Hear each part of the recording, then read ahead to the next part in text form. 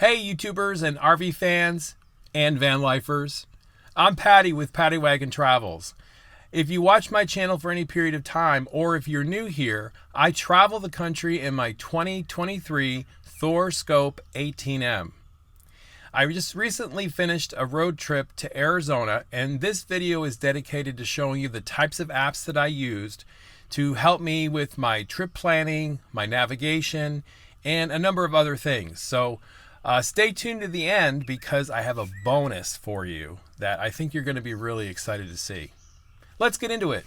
All right, so the first app is rvlife. Now, I think you've heard me talk about rvlife in the RV Trip Wizard in a number of different videos. But with the rvlife app, it's really easy for you to plan your trip. Now, it is a paid membership or subscription, but really, at the end of the day, what I found, it was well worth it. Now, remember, I'm not sponsored by these guys, but I use the RV Trip Wizard to plan my trip out to Arizona. And the one nice thing that I really liked about how to plan a trip with this application is that it gives you mileage. So you can go for 100 miles, you can go 200 miles, or you can go 300 miles. Or you can modify and customize it to the number of miles that you like to travel in a specific day. Now, I wasn't in a rush to get out to Arizona, and I actually wanted to take my time and enjoy the sights, and travel no more than about 250 to 300 miles a day. Now, in some cases, I ended up traveling a little bit longer, like 400 miles. But the RV Trip Wizard gave me the opportunity to look at what the distance was from where I was to where I wanted to be, and then the 100, 200, and 300 mile range, which is what I set up as my customized. Actually, I think that was in the default.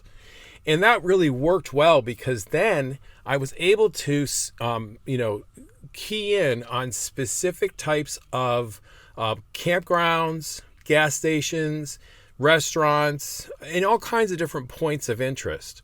On the RV Trip Wizard, it has filters that allow you to be able to pinpoint specific types of things that you want to see on your trip. For example, I wanted to go to Love's, so I highlighted Love's on my filter. So along my path, it showed me all the Love's across my entire road trip. I also wanted to highlight specific campgrounds. For example, I have an RPI membership. I have a Thousands Trails membership. I'm also a member of the Escapees Club, et cetera, et cetera, et cetera. You can filter these areas so that it shows up when you're planning your trip. So planning my trip was really great with the RV Trip Wizard. So here are some of the drawbacks about RV Trip Wizard and rvlife. Number one, you can't really plan the trip as well on your iPhone or on your iPad. It really is kind of challenging to do that. You really have to be on a computer and accessing the website to actually plan your trip. The other thing that was really kind of clunky about it is when you open it up on your phone for navigation and you click on the GPS section, the GPS is kind of clunky as well. I wasn't really happy with what the GPS was doing, and in some ways, and I'm not sure if it was this or not, but it felt like it would reroute me off of my original plan. I had a very specific route I wanted to take to Arizona, and so I didn't want that plan changed at all. So for rvlife and the RV Trip Wizard, excellent for planning your trip, but I have another option for you that stay to the end and you'll see what it is, which I think is way cool. And so overall, RV Trip Wizard, is it worth the money? Absolutely. I think it was $39. And now RV Trip Wizard, I understand, is integrated with Harvest Host. So if you get the Harvest Host membership, I think you can get both the Harvest Host membership, you can get the Boondockers Welcome membership, and rvlife RV Trip Wizard membership all together. The next app that I used is Harvest Host. Now, I love Harvest Host. I joined a membership for Harvest Host before I actually left for Arizona because I wanted the options to do quick overnights while I was traveling. Remember, I was working while I was on the road. So as a result, my travel times were very clear and very specific. And Harvest Host allowed me the opportunity to reach out to a host and make a reservations for that day or that evening. And boom, I was there. Harvest Host is a wonderful, wonderful platform that allows you to see a lot of different camping venues that are either on farms, vineyards, and now with the integration of Boondockers Welcome, you have a plethora of additional places that you can spend the night. Sometimes that has full hookups, sometimes it has electric only, sometimes just water only, or sometimes you're just boondocking in somebody's driveway. The reality of it is that Harvest Host and Boondockers Welcome is a great alternative for van lifers or RVers who are looking at traveling and not necessarily wanting to stay at a campground. The experiences that you have in Harvest Host are exceptional.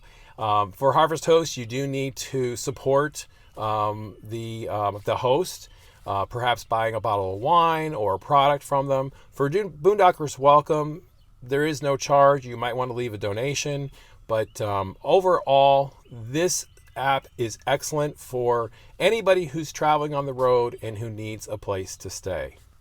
The next app that I used was Google Maps. And I have to tell you, I have a love-hate relationship with Google Maps. If you've watched my videos, you've seen some places where Google Maps has rerouted me, down some crazy roads. And I have to tell you something. When I was going to Ohio for my mother's 80th birthday, Google Maps routed me through the holler in Kentucky, going up and down through these mountain roads that were tiny. Now, I was in the van, so it wasn't a big deal. And in fact, I thought, okay, if this is the fastest route, I really don't have a problem with it. But I mapped out a very specific route on Google Maps, and it changed it. Now, I got to tell you something, and maybe I'm not using Google Maps right, but I want to have a feature on Google Maps where it locks my trip. If I decide to take a longer route, that's my choice. If there's traffic ahead, I'm going to stay on the road and I'm just going to weather through the traffic. Now, if there's some big catastrophic accident and the road is closed, I'll detour. So what happens is I end up with limited confidence in Google Maps. I don't know. Tell me in the comments, how do you find Google Maps? Do you have confidence in where it's routing you and where it's taking you, especially if you're an RVer and maybe you're in a big rig? Maybe you're in a big diesel pusher or you're towing a trailer or a fifth wheel. How do you manage with Google Maps? And is that the app that you use for your travel itinerary? In any event, I do like Google Maps as a general rule. And I was able to use Google Maps to get to my destination that was mapped out through RV Trip Wizard. So basically a combination of taking my route and putting it into my Google Maps, and it took me where I wanted to go most of the time. Now, for those of you who have been following my Arizona trip, you knew that I was going from 40 down to 20 down to 10. And Google Maps didn't really like that so much, but I actually won in the end, and I ended up following that route.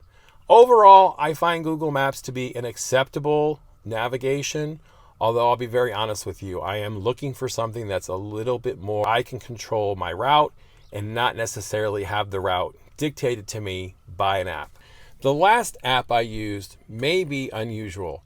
Now, if you've been following all of the technology that's been going on over the last, 2 years since the emergence of ChatGPT, I used artificial intelligence on my trip. Now, let me tell you a little bit about how I used it. First of all, I used Copilot, which is a part of my Microsoft 365. And what I did is I used Copilot to map out a route for me going in any different direction. I did not use this trip planning feature for my trip to Arizona, but what I did is I used Copilot as a conversation. And you can do that by just going into the app and turning on the microphone and just having a conversation with Copilot. What was interesting about it is it felt like I was talking to somebody who was riding along with me, even though I was solo on the trip. What was exciting is that I was able to brainstorm through a lot of different things that I had been thinking about in ways in which I could approach it. So if you're looking for a little bit of company on the road, try ChatGPT or Copilot or whatever other artificial intelligence you like. Now, leave a comment. Let me know. Have you used artificial intelligence? Have you used it as a companion when you're traveling, or in what way have you used artificial intelligence, and what particular GPT have you used to help you with your travels? All right, so this is the bonus content for the video today. What I wanted to do is to share with you a little bit about how I use artificial intelligence to help me plan my trips. So here is an example of an AI prompt that I use in terms of prompting the artificial intelligence to give me the information that I want. So what we're going to do here is we're going to go ahead and copy the prompt, hopefully.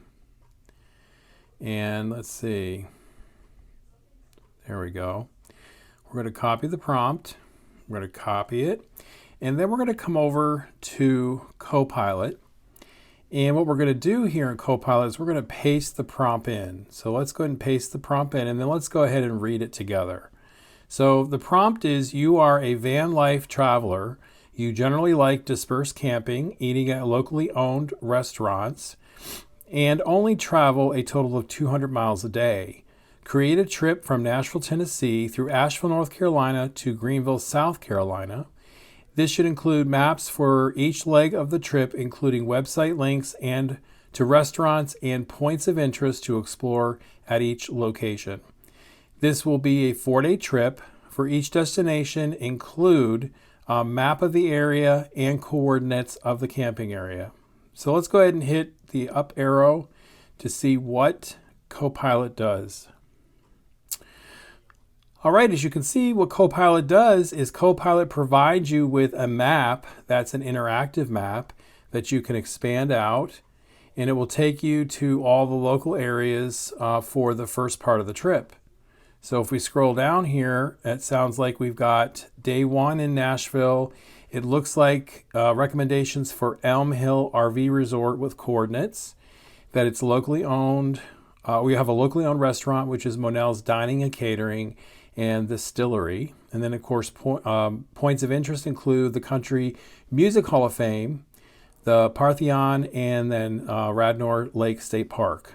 And then the next day is traveling to Asheville, North Carolina, and it gives you the camping coordinates, locally owned restaurants, and points of interest. And of course, day 3 takes you to Greenville, where you get to stay at the, looks like Paris Mountain State Park. And then it gives a host of other recommendations. Now, how do you use this? Well, the interesting part about using this information, I think, is plugging in the destinations to Google Maps. And you can use the coordinates, or you can basically look up the addresses for each of the campsites that are dispersed. Okay. The other thing is you can also scroll through each of the recommendations here for where you're staying and restaurants and points of interest. It provides a whole bunch of information. All right, I think I'm going to end the video here. I hope you found the video helpful in terms of your travel itinerary and specific apps that you can use to enhance the way you travel. If you're new here, please subscribe to the channel. We'd love to have you on this adventure. Please give the video a like and share, and let's get the algorithm working for views here with Paddy Wagon Travels. All right, everyone, I'll see you in the next video.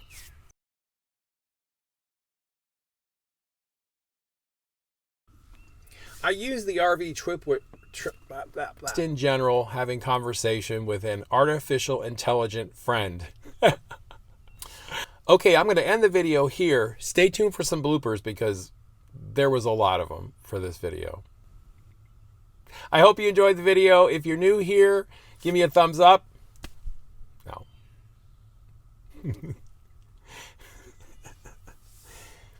If you're new here, okay, guys. All right, everyone, I'm going to end the video here, but I want to thank you for watching. I hope you found this video on travel apps helpful in terms of planning your travel itinerary on your next trip. If you're new to the channel, please definitely subscribe. Please like the video. Please share it with your friends. If you're new here, definitely subscribe for my